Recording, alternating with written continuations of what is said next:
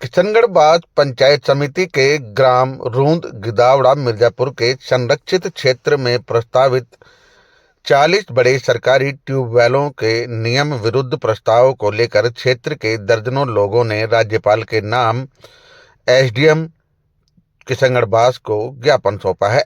ज्ञापन में बताया गया कि ग्राम रूंद गिदावड़ा मिर्जापुर की गैर मुमकिन बीहड़ श्रेणी की है, जो अरावली पर्वतमाला के संरक्षित क्षेत्र में है तथा अरावली नोटिफिकेशन 1992 के अंतर्गत पूर्णतया प्रतिबंधित है।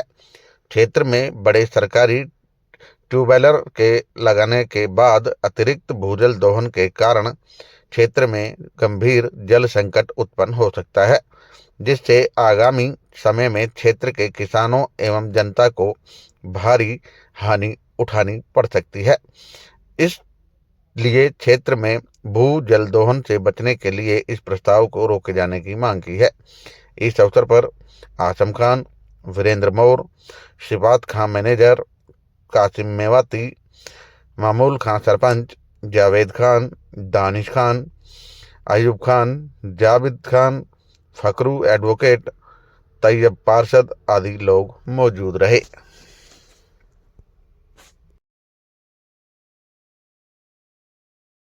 जैसे अभी आप सवाल कर रहे थे, पानी का दोहन नहीं, अति दोहन होगा।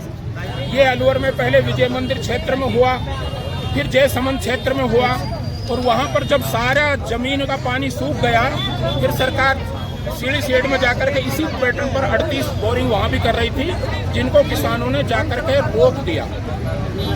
तो वहाँ पर तो वो बांध क्षेत्र में थे, यहाँ पर ये अरावली के क्षेत्र में है।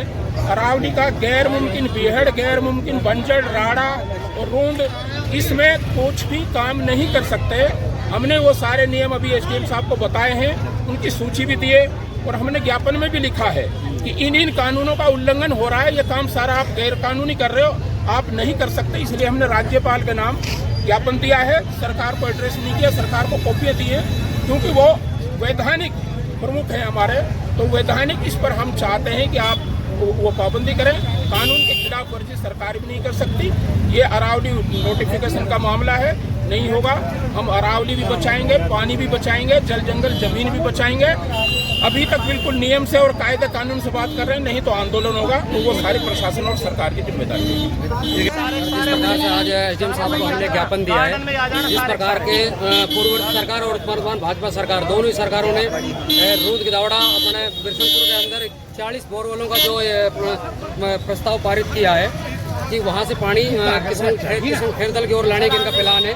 जबकि सरकार पानी का चंबल का ECR जो योजना है उसके तहत चंबल का पानी खैरतल लेके आए, जिससे पानी का स्थायी समाधान हो सके। ये किशनगढ़ और खैरतल का जो डार्क जोन का एरिया है, आने वाले 5 साल में अगर वहाँ बोरिंग हो जाते हैं तो आने वाले क्षेत्र में बागोड़ क्षेत्र भी डार्क जोन की स्थिति में आ जाएगा। वहाँ सारे किसान मजदूर करने वाले लोग हैं जो पूर्ण तरह खेती पर निर्भर है। ये पानी है तो खेती होगी, तो अन्यथा ये लोग पूरी तरह मतलब इस तरह से बेरोजगारी उनके लेवल खराब हो जाएगा। इस तरह हम किसी भी सूरत में इन बोरवेलों को नहीं होने देंगे। और सरकार की जो 1992 के तहत जो अरावली का गजट नोटिफिकेशन है, उसमें रूंद गिदावड़ा के अंदर आप किसी प्रकार का निर्माण कर ही नहीं सकते, तो नियम सम्मत भी है, अलाउ नहीं है। और हम किसी भी सूरत में ये बोरवेलों को नहीं होने देंगे। अभी तो हमने एसडीएम साहब को आज ज्ञापन दिया है और प्रशासन को भी हमने ज्ञापन के माध्यम से आगाह किया है। अगर प्रशासन आगे भी हमारी बात को नहीं माना जाए तो आने वाले समय में एक बड़ा आंदोलन भी हमारे द्वारा किया जाएगा।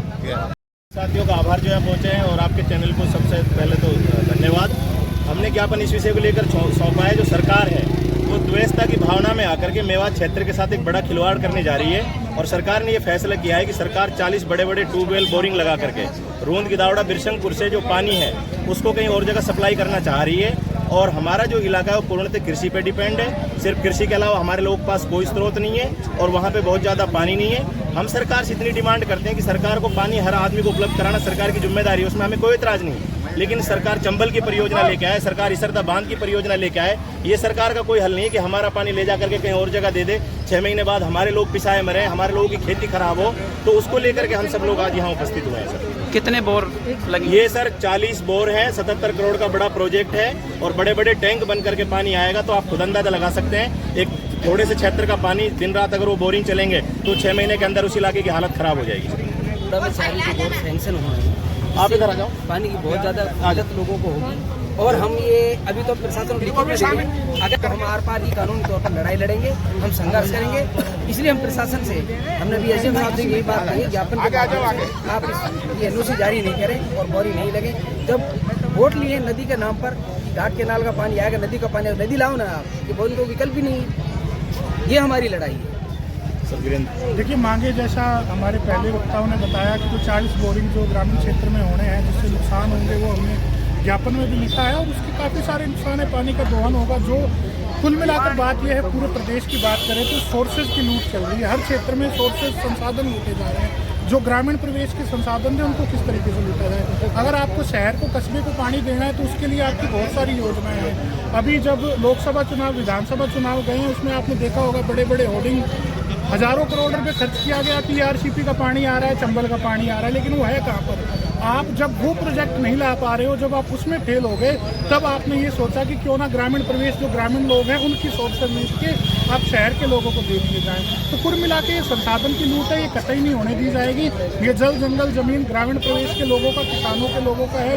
इनके पूर्वज लड़ते रहे, इनके पूर्वजों ने वो चीज़ बचा के रखी है। वो चीज़ इनकी है, वो चीज़ हमारी है, वो चीज़ किसानों की है, तो कतई नहीं होने देंगे। अगर सरकार को पानी देना है शहर के लोगों को, हम खिलाफ नहीं है कि उनको पानी नहीं देना चाहिए, लेकिन जिस योजना पे आपने हजारों करोड़ रुपए खर्च कर दिया, वो चंबल का पानी आप लेकर आओ और इनको दो। और अगर इस पर जल्दी सकारात्मक कार्रवाई या सकारात्मक कुछ कार्य सरकार द्वारा नहीं होता तो निश्चित रूप से क्षेत्र में बड़ा आंदोलन खड़ा होगा, जिसकी जिम्मेवार सरकार होगी। देखिए, जो मुख्य मांग है वो ये है कि इंसानी ज़िंदगी को बचाया जाए और जो कुदरती जो संसाधन है उन पर जो सरकार की जो एक साजिश के तहत जो निगाह पड़ी हुई है उससे बचाना हमारा उद्देश्य है। और किसी भी सूरत में जिस तरीके से ये षड्यंत्र चल रहा है, और इसमें दोनों ही सरकारें, पूर्ववर्ती सरकार, क्योंकि ये जो प्रोजेक्ट जो बनाया गया था ये कांग्रेस की रूलिंग सरकार ने बनाया था और अब इसको एग्जीक्यूट जो भारतीय जनता पार्टी कर रही है। इसलिए हमें ऐसा लगता है कि दोनों ही पार्टियों की नीति और नीयत में बहुत ज़्यादा फर्क है। इसलिए एक सत्ताधारी दल को दोषी ठहरा देना वही ज़्यादा नहीं है। ये प्रोजेक्ट कांग्रेस पार्टी ने बनाया और इसको एग्जीक्यूट करने की अब जो है भारतीय जनता पार्टी कर रही है। इसलिए हम दोनों ही सरकार, चाहे इससे पहले रही हो, दोनों को विरोध करते हैं और दोनों ही दलों ने हमारे साथ अन्याय किया है और हम पूरी ताकत के साथ इनके बचाव में लड़ेंगे। ये हमारा एहतियात है। जगता क्या है? ये जगता नहीं है, ये तो एक सरकार की योजना बन गई है। पानी का दोहन होगा और पानी का दोहन होगा, उससे सारी चीज़ें जो हमारे हिस्से में तो सिर्फ ज़मीन और ये फसल आई है। हम ये आप लोग हमसे किसानी का हक भी लेकर के छीनना चाहते हैं। ये इनका एक षड्यंत्र है और हम इसको किसी भी तरीके से, संवैधानिक तरीके से कामयाब नहीं होने देंगे और पूरी ताकत के साथ लड़ेंगे।